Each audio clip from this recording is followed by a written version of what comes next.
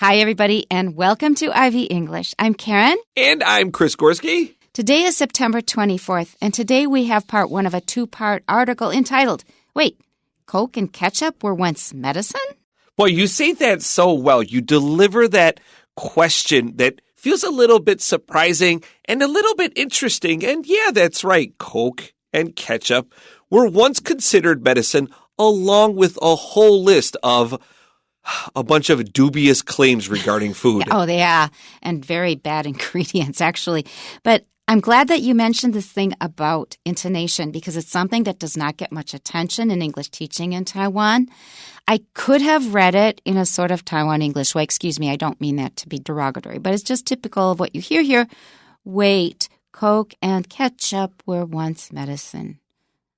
Yeah, you should have seen this expression on Chris's face. He was trying to figure out what just happened. Yeah, because delivering your lines with a clear feeling and knowing you're trying to engage an audience, knowing how you want to excite people, change the way you speak. If you talk like a robot, people instantly tune out. And that's actually they tune out. That's yeah. exactly what I felt while you were reading that. I just could see it. Felt my attention just plummet.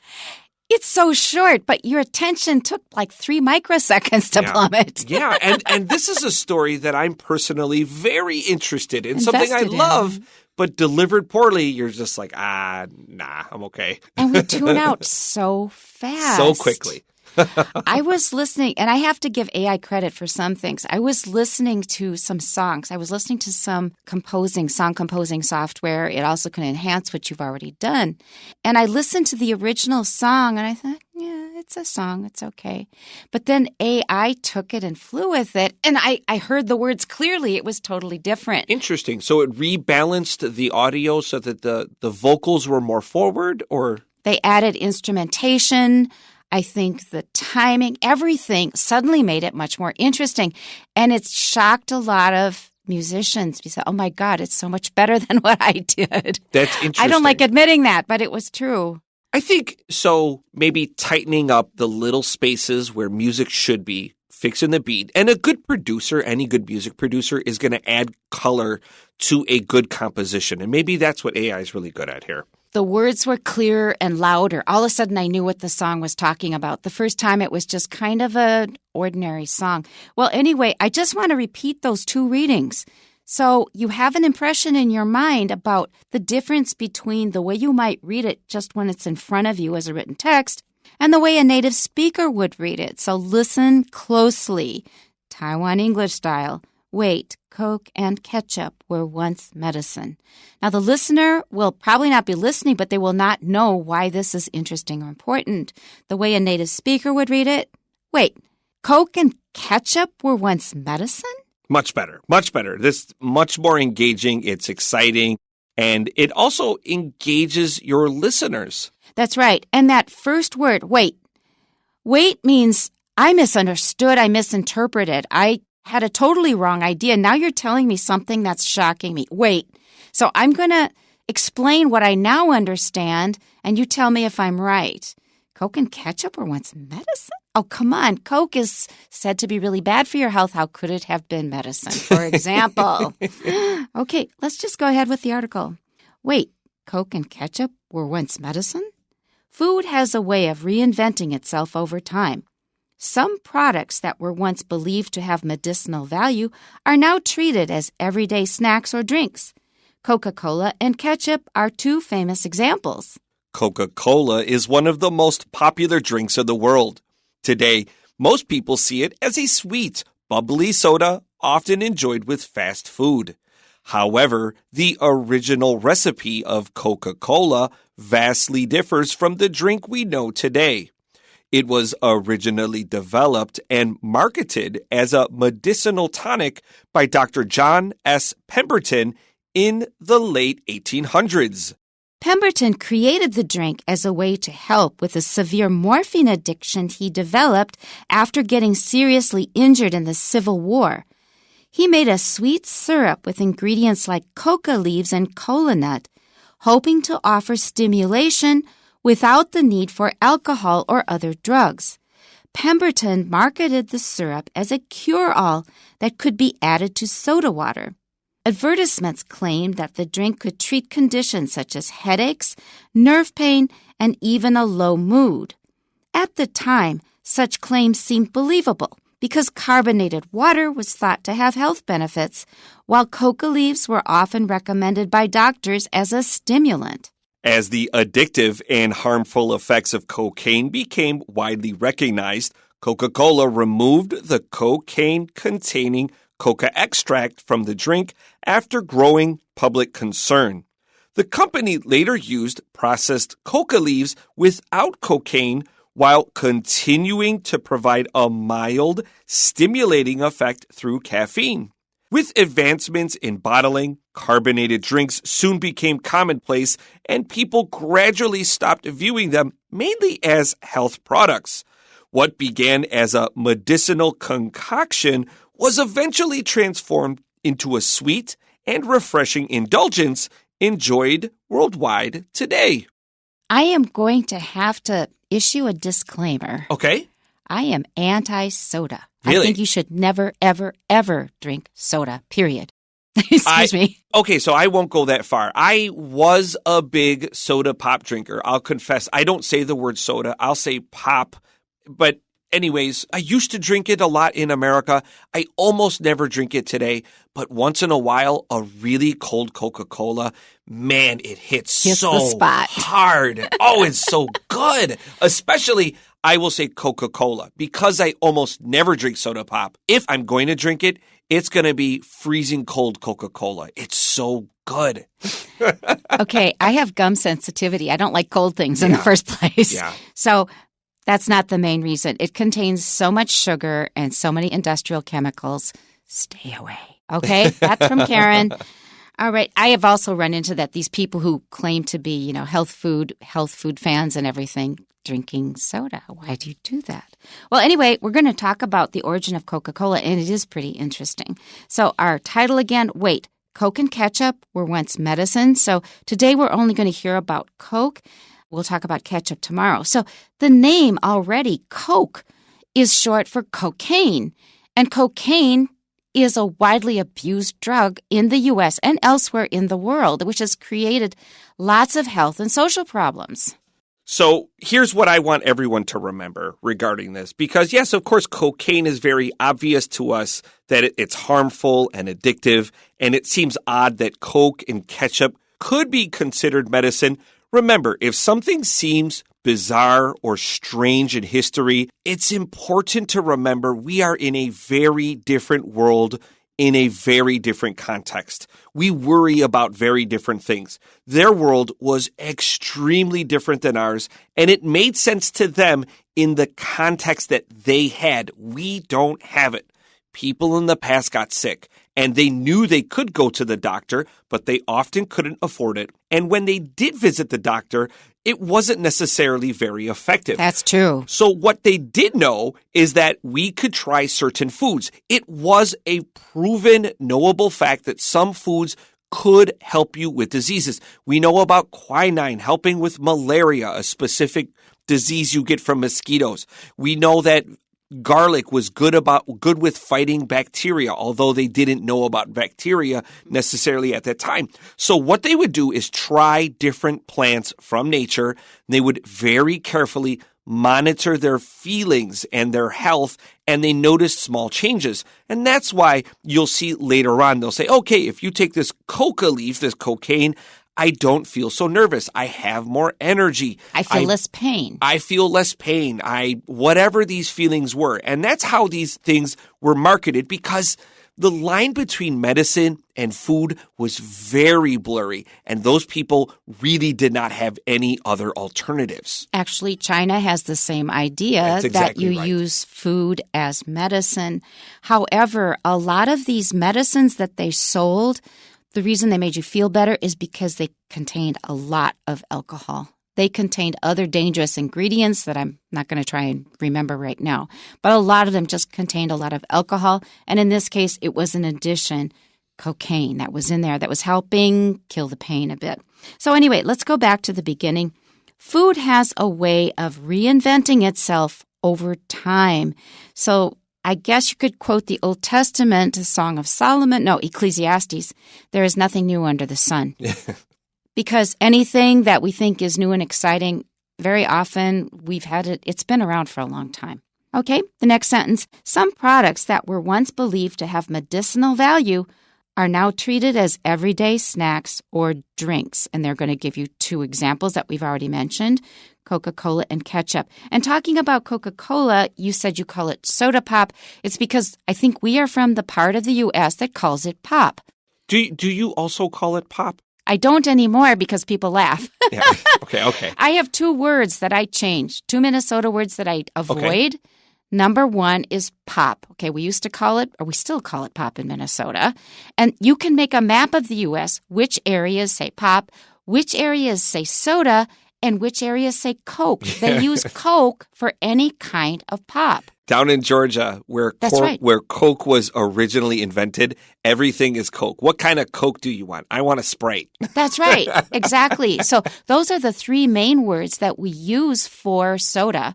So depending on the part of the country, you probably go with what people use locally. And the people, all of the foreigners here, almost nobody says pop. Yeah. So I changed it to soda, but it's an effort. What's the second word? Supper. Oh, yeah, that's We discussed that before. So in my home, morning breakfast we all agree on. Lunch is if it's a very light lunch like a sandwich, but if it's a big hot meal, it's dinner.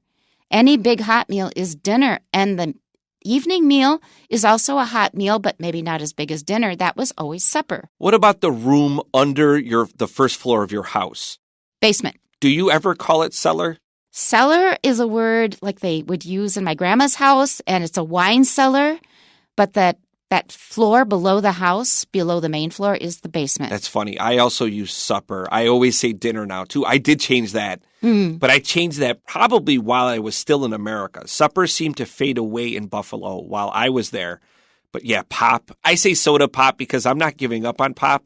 But I do say soda as the concession to most people. That's right. And when I said supper before, people would say, supper. I haven't heard that word for decades. My grandma used to say that. I heard that too many times. So I was actually just being a distraction, getting us all off topic talking about supper. So I finally changed it to dinner while gritting my teeth. Okay. Well, here we're going to say supper all the time. Very good. I have an ally. All right. So some things we believed were actually medicine, but now they've just become ordinary drinks and snacks. And Coca-Cola and ketchup are two famous examples. Now, I have to say, I have read similar stories about these two food items many, many times. I've read many versions. So this is kind of a popular topic. Each one is slightly different. They tell it a little different. So I will share some of the things I've learned from other articles I've read about it. So here's my favorite food that was clearly not really all that good for you, but sold as being very good for you. Here's my favorite one, Dr. Pepper. Oh, that's so funny. Doctor is in the name of it. And yes, there are different flavors added to it. And there were like spices, and spices, I guess, technically could be good for you, but it was just filled with sugar. Yes. And same. it had the spices in it, but those were strictly for flavor. But I just really like that they put the word doctor right in the title. That was on purpose. They knew algorithms. Yeah. But I have to say, some people, they learn that soda is not good for you and they stop drinking it. I never liked soda. Never. From that time I was like 3. My sister would say, oh, why don't you drink something cool, Karen, like Coke? Because it makes your nose burn. I had to learn how to plug my nose so it wouldn't get burned by the carbonated bubbles. What were you drinking as like a teenager? Water. Water, okay. Juice. Milk. Water, juice, milk. Yes, okay. I drank those things. Not together. No. Now I use milk in coffee, but I don't drink milk plain. I think a lot of people cannot understand how Americans can drink just a glass of milk from the fridge. Most other countries don't do that. That's interesting. As a kid, I loved that. I did it because everybody did, and that was the dairy industry got parents to believe it was good for kids. So even from the time I was a kid, it would burn my nose. I didn't understand why it was popular, and I don't know. Later on, I found out it's really, really bad for you, and I thought I was justified. Why did people make fun of me for not drinking Coke? So anyway, the reason I told the story was I was working up to Dr. Pepper, so I didn't drink soda when I could avoid it. However, Dr. Pepper was new at one time, and I tried and I thought, this is a really nice flavor. I don't like soda pop, but it has a really nice fruity flavor. I will always go for the Coke, but Dr. Pepper is a good flavor. It's hard to get here, though. Yeah. I can't remember the last time I saw Dr. Pepper in Taiwan. Yeah, well, you're not missing much. I know it's still not good for you, but it does have a unique flavor. And that was the only soda pop that I sort of liked because of the flavor. Okay, so next paragraph. Coca-Cola is one of the most popular drinks in the world. And man, that is a victory of American capitalism. Now, I am really down on American capitalism these days because the way politics has gone, we can't get too political. It is due to capitalist greed. I'm sorry, that's where it's left us. And things are even being ruined that were functioning okay under capitalism, like at least we had more help for handicapped people and so forth. Now they are trying to disallow service dogs from restaurants. That's new. Okay, stuff like this. They are doing things that is harmful for no good reason, but it's the capitalists with their greed. They're just doing what's convenient for them. So right now, don't ask me about capitalism. I mean, I am really, really down on it. How did it get this bad? I will say, speaking of American capitalism, as Coca-Cola has become one of the world's most popular drinks, it does grow in popularity, but also fall in popularity because people are realizing that soda pop is not the best for you. Coca-Cola came out with an incredibly revolutionary new product called Dasani, which is just bottled water with a cool name. And Coca-Cola saw their sales explode. They made a lot of money through selling their own cool brand of water. Increasing the use of plastics and pollution. And one more thing I will add is I went to Mexico for the first time when I was in high school. I was a junior in high school. And I was just blown over. It was so wonderful. The food was great. But everybody drank soda all the time. And if you look it up, you will find that Mexico has a very serious obesity problem, which is largely attributable to all of the soda they drink. All right, let's continue here. Today, most people see it as a sweet, bubbly soda, often enjoyed with fast food. And I agree, it's great with salty food. That's how they designed it. It kind of offsets the salt in the fast food, fried food. However, the original recipe of Coca-Cola vastly differs from the drink we know today. And we're going to find out about that. Coke did not start out with this formulation.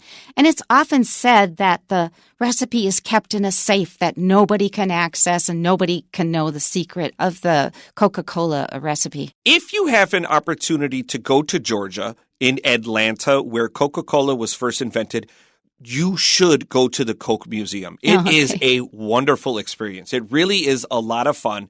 We don't really have time to talk about it, but it's a 5-star experience for me in many different ways, from like the greed of capitalism to the story and history of advertising of Coke. And they actually do show you this comically large safe that supposedly has the recipe in it. Which is nonsense. Which is nonsense. But they really do sell it up, and you kind of tell they're in on the joke, and it's pretty funny. I mean, it's like a really big safe holding one piece of paper.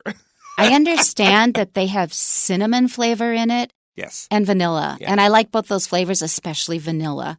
So they put some things that have potential in it, some potential into the recipe, but doesn't save it. Take an opportunity to look up the original serving size of a glass of Coke. Oh, good point. It's very different than the 16 or 24 ounce, 32 ounces of soda you can buy at a gas station in America today. This original cup was tiny. Super Size Me? Yes. Isn't that the name of the movie? Yes. Watch that movie if you get a chance. And when people get those enormous drinks, like from 7-Eleven, I remember them. Yeah. Nobody finished them. It was too much. No. People do. No. They do. They would, yes, and then go for refills. That is a thing. I know. These huge. Yes. Oh, you got to know buckets. some more blue-collar people. I mean, literally 2 or 3 a night. I couldn't believe these dudes. I drank soda pop, and I could not believe how much these guys drank. Does anybody wonder about the obesity epidemic? Yes, sure enough, obese. Okay. It was originally developed and marketed as a medicinal tonic by Dr. John S. Pemberton in the late 1800s. Note the word medicinal. So it's obviously from medicine. Watch the change of stress. Medicine. But when we take off the E and add an AL to make it an adjective, medicinal. Medicine, medicinal. Tonic is a word we want to pay attention to if you do study any medicine. It's sweet and extremely bitter if it's not properly mixed because it's added, quinine is in it. And quinine is a medicine that we use to fight malaria. And it's like the main way to get people to consume quinine to fight their disease. It's just too bitter otherwise. And you would just suck down this soda pop. Tonic has another usage. I just taught a workshop on tonic stress. Tonic stress is the last stress in a sentence in English or a phrase, which has a much higher pitch. So listen, it was originally developed and marketed as a medicinal tonic by Dr. John S. Pemberton in the late 1800s. So when you get to the end of the sentence, that last stress is going to be very high, and that's called the tonic stress. Our next paragraph, Pemberton created the drink as a way to help with a severe morphine addiction he developed after getting seriously injured in the Civil War. So Coke was invented in 1886. This is 20 years after the end of the Civil War. And the Coke Museum does not mention his morphine addiction because it's very past, like it's kind a of downer. taboo. But don't you feel it's like, oh, this is the real world these people were living in. They needed medicine. They did not have it available. And so Dr. Pemberton was trying to help other people. If anything, I always thought this was a positive of Coca-Cola. Relieving pain. He made a sweet syrup with ingredients like coca leaves and cola nut, hoping to offer stimulation without the need for alcohol or other drugs. Now, man, does this trigger me. As soon as I see coca leaves, oh my gosh, illegal, blah, blah, blah. All the alarms go off. I agree. It's when you see coca leaves and you start thinking cocaine, like, how is this possible today? Coca-Cola still uses coca leaves, the same plant that makes cocaine, but they get them outside the U.S., they're processed, and then brought into the U.S. I find it hard to believe that some cocaine does not actually stay behind. Yeah, like tiny grams of it, right? Yeah. Pemberton marketed the syrup as a cure-all that could be added to soda water. And again, the soda water was just a delivery system. It made it easier for people to consume because individual flavors mixed together might be very bitter. The soda water was just, you could get it down easily. But those bubbles pop in your nose. It drove me nuts. It was just like wasabi. It was terrible. Don't drink it anymore. Advertisements claimed that the drink could treat conditions such as headaches, nerve pain, and even a low mood. Definitely the low mood. That's why people get addicted. Of course. And so people were having these you were having these small issues, headaches and nerve pain, low mood. Of course, morphine addiction. When you're not getting your morphine, you kind of start going into withdrawal and have these kind of flu-like symptoms. Having a lot of caffeine or cocaine to kind of bump you up would address that. And people are like, oh, look, this is medicine. When really it was just addressing the symptoms of a different issue. At the time, such claims seemed believable because carbonated water was thought to have health benefits, while coca leaves were often recommended by doctors as a stimulant and to kill pain. As the addictive and harmful effects of cocaine became widely recognized, Coca-Cola removed the cocaine-containing coca extract from the drink after growing public concern. People found out this is a powerful drug that should not be in something that we drink for fun. So it took until 1929 for them to fully remove all the cocaine from their leaves. The company later used processed coca leaves without cocaine while continuing to provide a mild, stimulating effect through caffeine. There is a lot of caffeine in Coke. With advancements in bottling, carbonated drinks soon became commonplace, and people gradually stopped viewing them mainly as health products. Yeah, they were just like leisure food, something you drank for fun. You would buy them at the pharmacy. What began as a medicinal concoction was eventually transformed into a sweet and refreshing indulgence enjoyed worldwide today. The key word here is indulgence. Yeah, so if you drink very, very sugary water, that is quite an indulgence indeed that I would recommend you not do. That's it for today. Tune in tomorrow for part 2 of our article when we will talk about ketchup. See you then. Bye-bye. Bye-bye.